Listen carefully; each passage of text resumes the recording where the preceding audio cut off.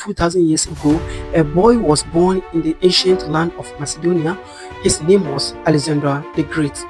Nobody knew that he will become the greatest person ever to live. By law, this boy has grown up to become one of the greatest conquerors the world has ever seen or has ever witnessed. Alexander the Great was the son of King Philip II and Queen Olympias. From his childhood, he was different from other children. Like whilst other children pray, Alexander dreamed of glory. He had a fire spirit, and his mother always told him, "Alexander, you are destined for greatness." When Alexander was only 13 years old, his father gave him a teacher who was Aristotle, one of the philosophers of all time. Under Aristotle's guide, Alexander learned about science, history, and philosophy, but he also learned how to think like a leader. He always passionate to become a leader one day. One famous story tells us that when Alexander was a teenager, he tamed a wild horse named Bucephalus, a horse that no one else control. This horse was one of the horses that nobody can control. Everybody was like afraid of it. People were amazed, and his father said to him, "Alexander, my son, Macedonia is too small for you. You must seek a kingdom big enough for your ambition." So at the age of 20, something tragedy struck.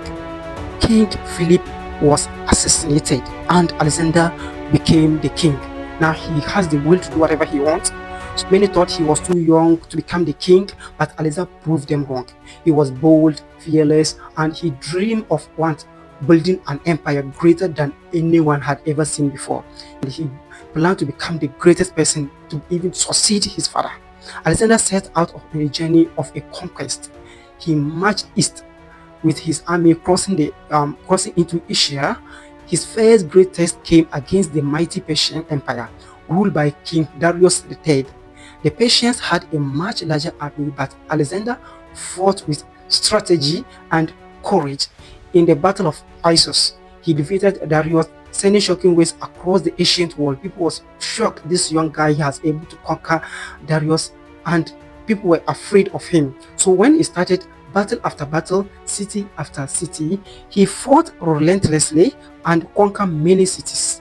He then marched his enemies to Egypt. That's where he conquered Egypt again, where he was hailed as a liberator and even declared a son of the gods. And in Egypt, he founded a city that still, even till today, is the city of Alexandria. But Alexander's dream was not just victory. He wanted to unite the East and West.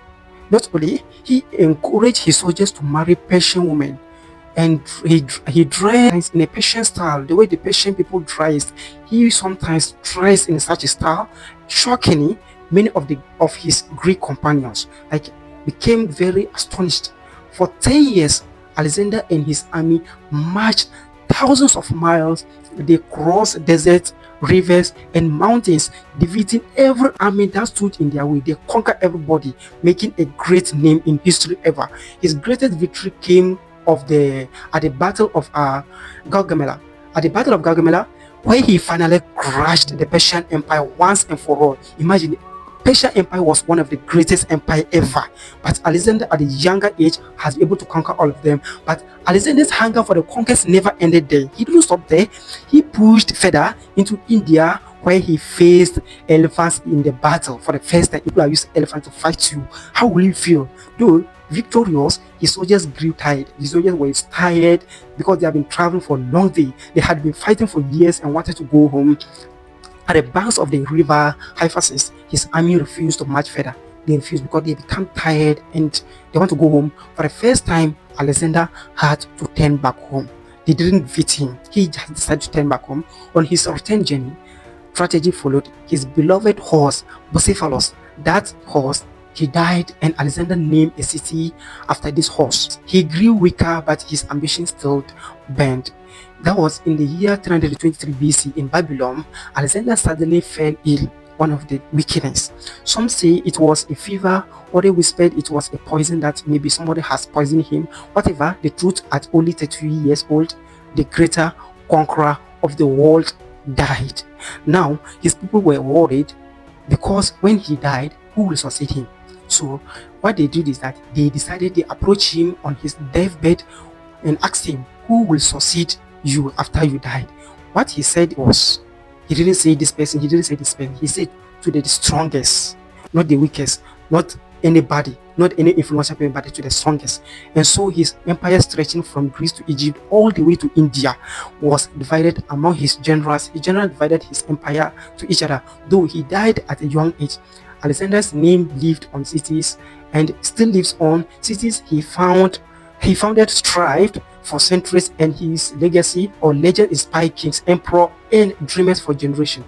Alexander the Great, the man who conquered the world, but could not conquer death. That's one thing of human life. No matter what, you can't conquer death. If death comes, you have to accept it.